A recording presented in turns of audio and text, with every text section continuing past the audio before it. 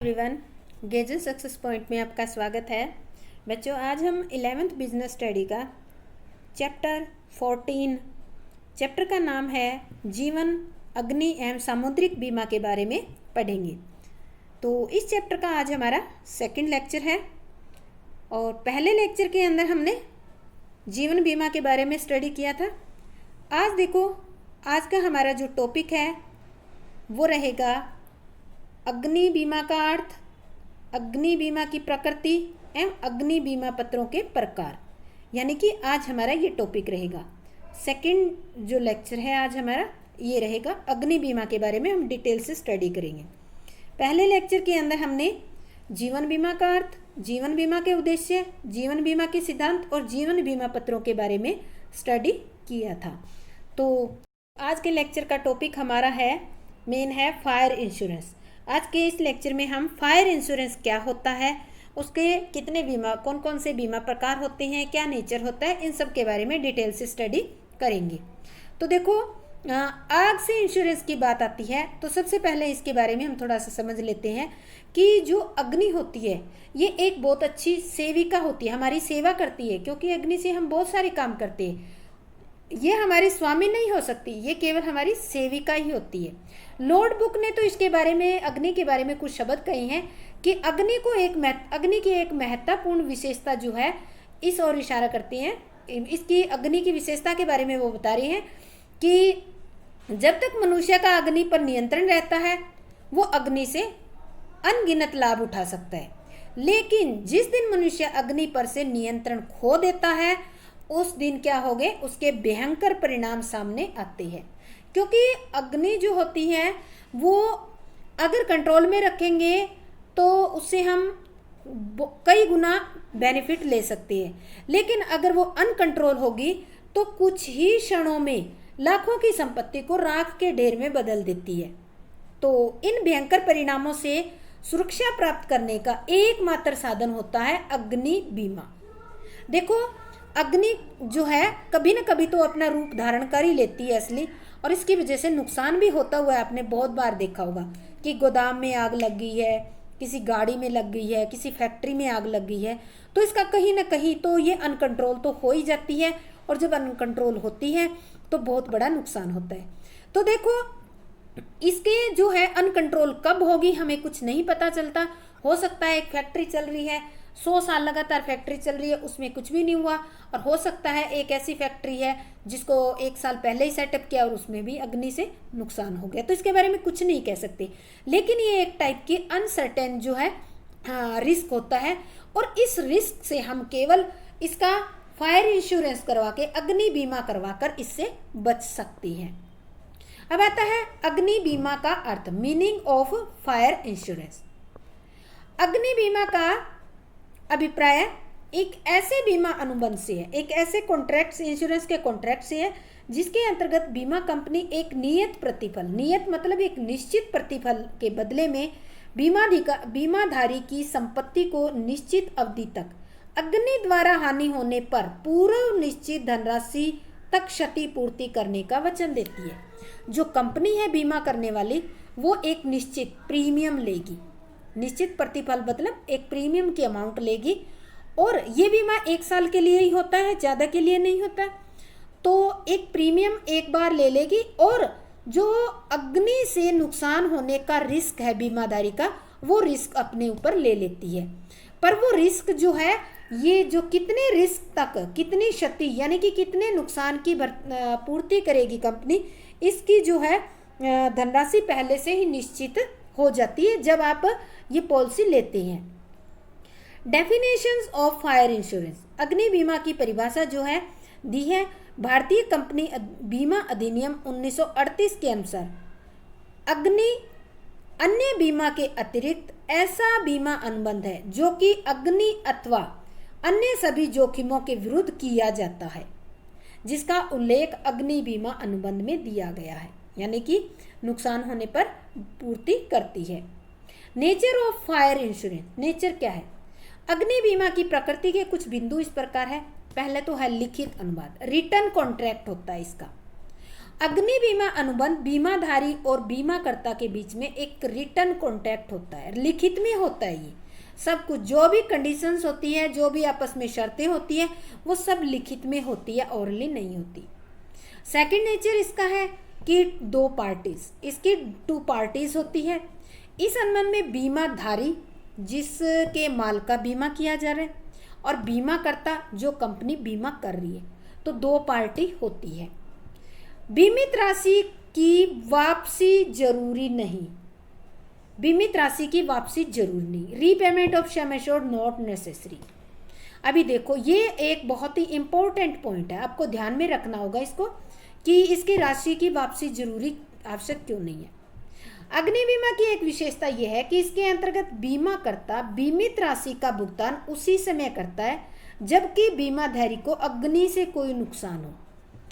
Company आपको claim कब देगी फायर इंश्योरेंस का? जब आपने जिस चीज का इंश्योरेंस करवाया, फायर इंश्योरेंस करवाया, अगर उसमें आग से अगर हानि होती है तो ही आपको क्लेम देगी। अगर वही माल कोई चोर चोरी कर लेता है तो आपको क्लेम नहीं मिलेगा।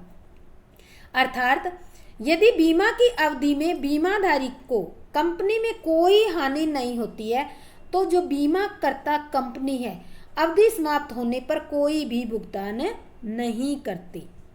भुगतान कब करेगी कंपनी? जब बीमाधारी ने जिस माल का बीमा करवाया अगर वो माल अग्नि से नष्ट होता है तो ही क्लेम मिलता है, अदरवाइज क्लेम नहीं मिलता। फोर्थ पॉइंट है बीमा की अवधि, पीरियड ऑफ द इंश्योरेंस। बीमा अवधि जो है अधिकतम कितनी होती है? 1 वर्ष के लिए होती है, इससे ज़्यादा नहीं होती। लाइफ इंश्योरेंस तो हो सकता है पर ये जो है जनरल बीमा जो है मोस्टली 1 ईयर के लिए ही होता है। और इसकी प्रीमियम की किस्त का भुगतान एक मुश्त होता है, यानी कि 12 महीनों में, एक साल में एक बार इसकी पेमेंट होती है। 1 साल के बीमा करवाना है तो एक किस्त आपको प्रीमियम की देनी होगी। यह एक क्षतिपूर्ति अनुबंध है। कैसा अनुबंध है? क्षतिपूर्ति। It is contract of indemnity.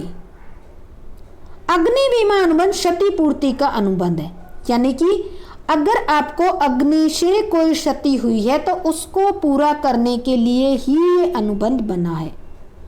इसका अर्थ है कि अग्नि बीमा से बीमाधारी लाभ नहीं उठा सकता।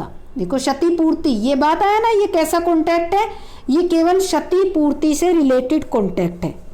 तो इस कारण से अगर ये केवल क्षति से रिलेटेड ही कॉन्ट्रैक्ट हो गया तो बीमाधारी इससे प्रॉफिट नहीं कमा सकता। यह केवल बीमित राशि सम एश्योर्ड तक हुई हानि की क्षति ही करता है। कंपनी केवल जितनी नुकसान हुआ उतने तक ही करेगी। अब इसको एक एग्जांपल से समझना। उदाहरण के लिए एक व्यक्ति अपनी दुकान का 50,000 का अग्नि बीमा करवाता है। कुछ समय बाद उसको दुकान में अचानक आग लग जाती है, परिणाम स्वरूप उसे 30,000 की हानि होती है। बीमा कितने का करवाया है? 50,000 का। हानि कितनी हुई है? 30,000। तो कंपनी मैक्सिमम कितना देगी? 30,000 ही पे करेगी, 50,000 नहीं करेगी, क्योंकि कंपनी ने कॉन्ट्रैक्ट में क्या लिखा है? केवल क्षतिपूर्ति का ही कॉन्ट्रैक्ट है इसके अंदर। बीमा कंपनी को उससे 30,000 का भुगतान करेगी, न कि 50,000 का।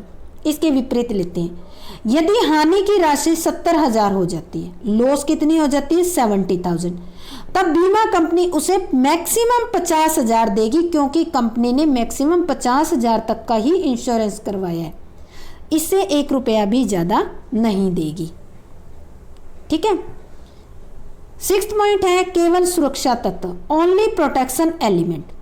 अग्नि बीमा में केवल सुरक्षा तत्व विद्यमान होता है, अर्थात इसमें विनियोग तत्व का अभाव रहता है, क्योंकि इसके अंदर केवल सुरक्षा होती है, विनियोग नहीं होता।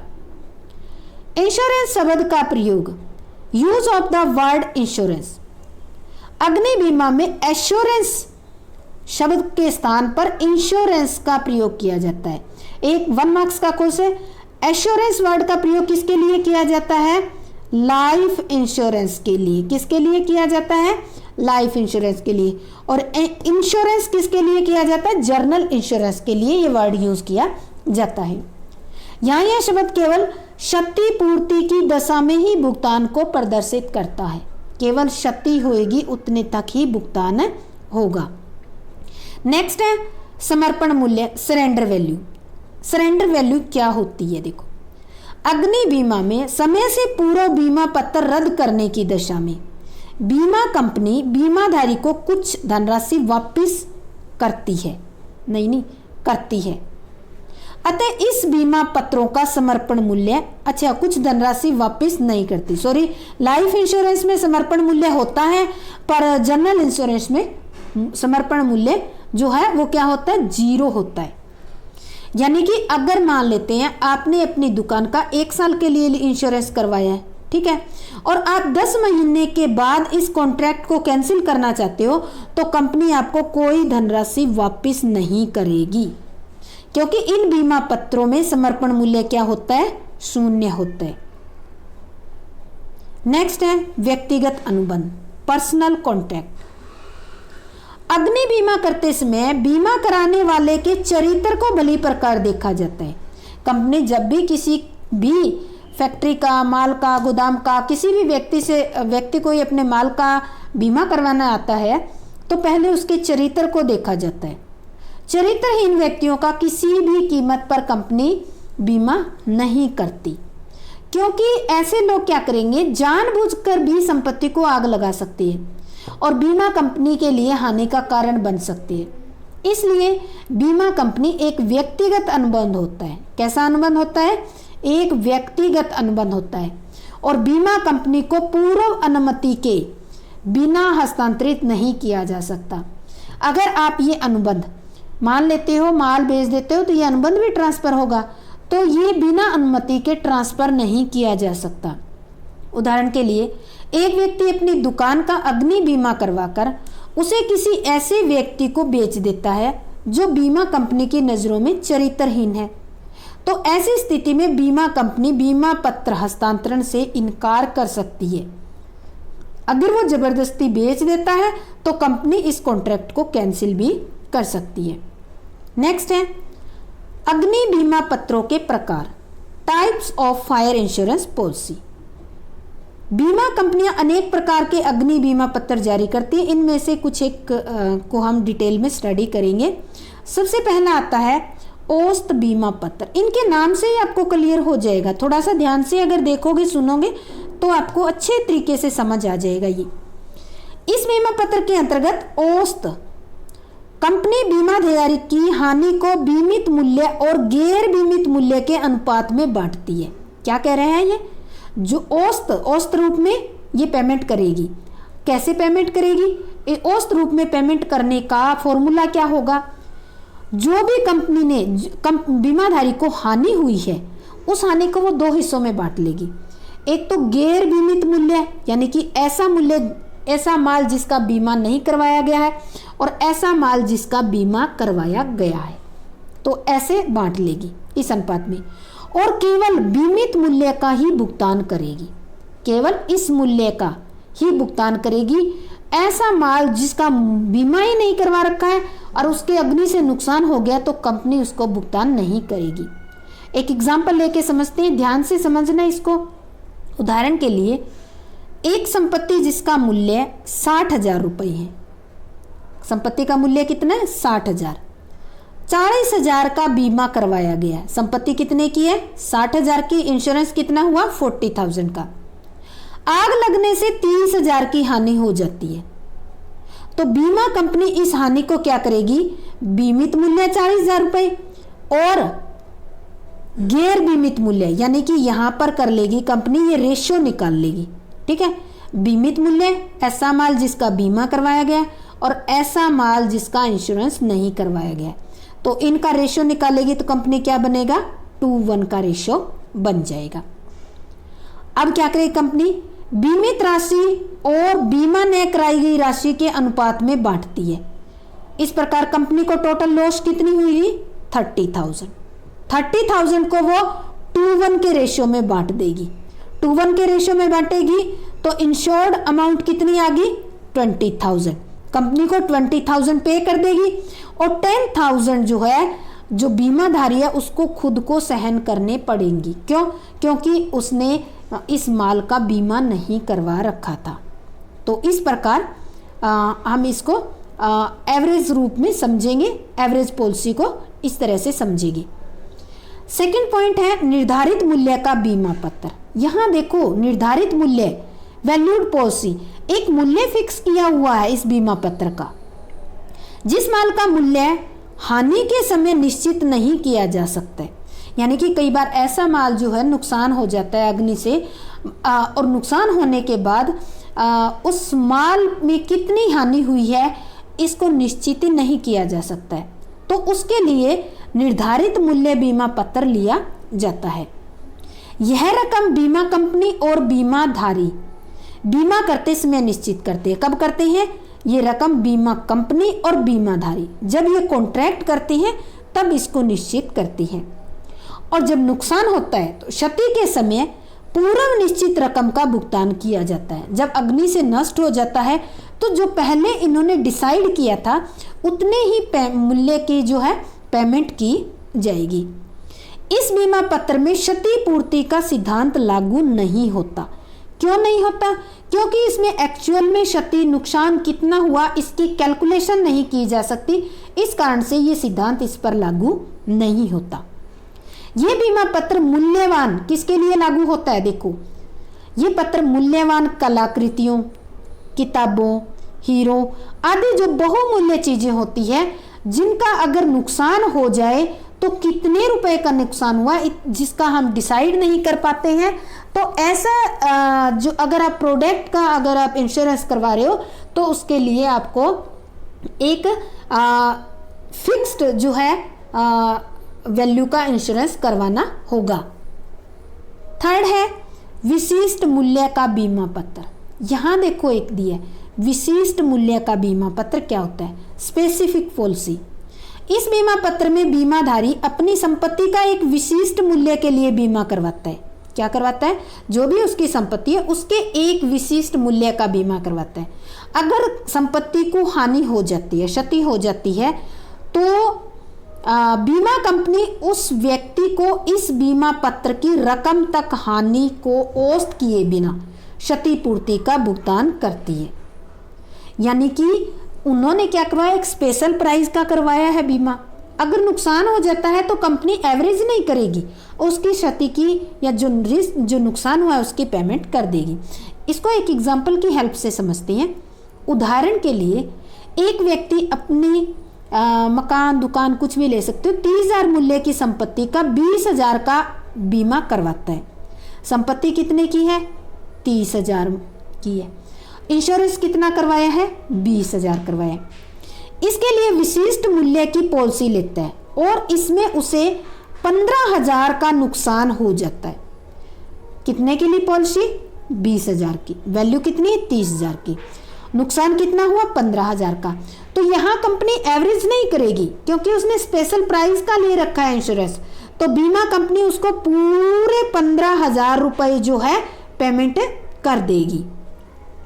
हानि को औसत वाक्य के आधार पर इस कंडीशन में नहीं बांटा जाता, जब स्पेसिफिक प्राइस का इंश्योरेंस करवाया जाता तब। यदि यह विशिष्ट मूल्य का बीमा पत्र नहीं होता तो कंपनी क्या करती? एवरेज करती। बीमा इंश्योरेंस करवाया और बिना इंश्योरेंस करवाया माल, तो इस कंडीशन में कंपनी क्या करती? 2:1 का रेशियो निकालती और इस 15,000 के नुकसान को 2:1 में बांटती, तो ये आ जाता 10,000। तो कंपनी 10,000 ही पेमेंट करती, 15,000 पेमेंट नहीं करती। नेक्स्ट आता है खुला अथवा चल बीमा पत्र, ओपन और फ्लोटिंग पॉलिसी।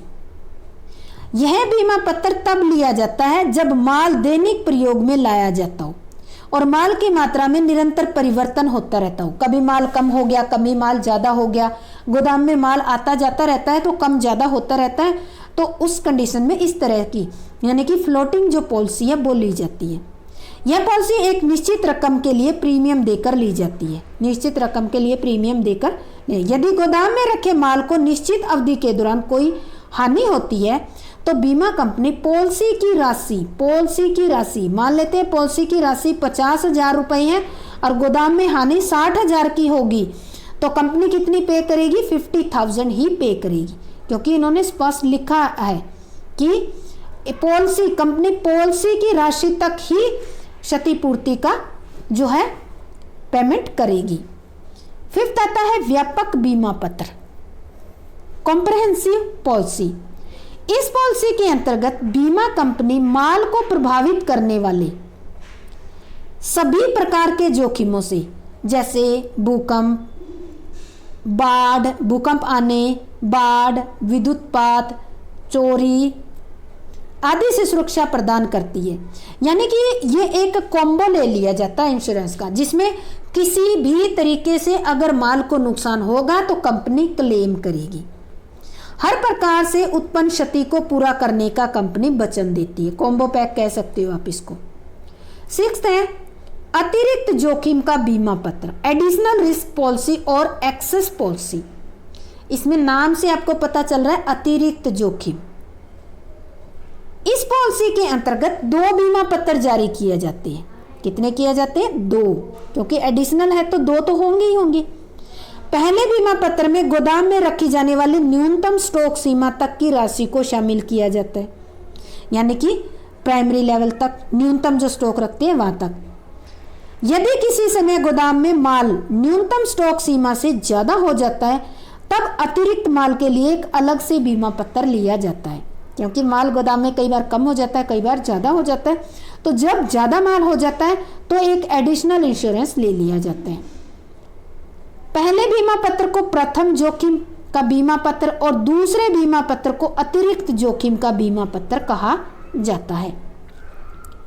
नेक्स्ट है 7th है बीमा पत्र में लिखित क्षति के फलस्वरूप अतिरिक्त हानि का बीमा पत्र। तो ये देखो, बीमा पत्र में जो राशि लिखी हुई है उसके अतिरिक्त अगर हानि हो जाती है तो उसके लिए भी एक इंश्योरेंस पॉलिसी होती है। ठीक है, यह एक विशेष प्रकार का बीमा पत्र है जिसके अंतर्गत न केवल वास्तविक क्षति की पूर्ति की जाती बल्कि उस क्षति के फलस्वरूप अगर अतिरिक्त हानि हो जाती है तो उसका भी भुगतान किया जाता है। उदाहरण के लिए, यदि आग लगने से गोदाम में रखा सारा माल जल जाता है तब व्यापारी को न केवल गोदाम में रखे माल की हानि होती बल्कि कुछ समय के लिए उसका कारोबार भी तो बंद पड़ जाता है। कारोबार बंद पड़ना क्या है? उसकी एडिशनल लॉस है। तो इस प्रकार इस अवधि में लाभ की, जितना लाभ कंपनी कमाती उतने लाभ की कंपनी को हानि होगी, तो कंपनी उसको भी पूरा करने का वचन देती है। नेक्स्ट है पुनर्स्थापन बीमा पत्र, रीइंस्टॉलमेंट पॉलिसी।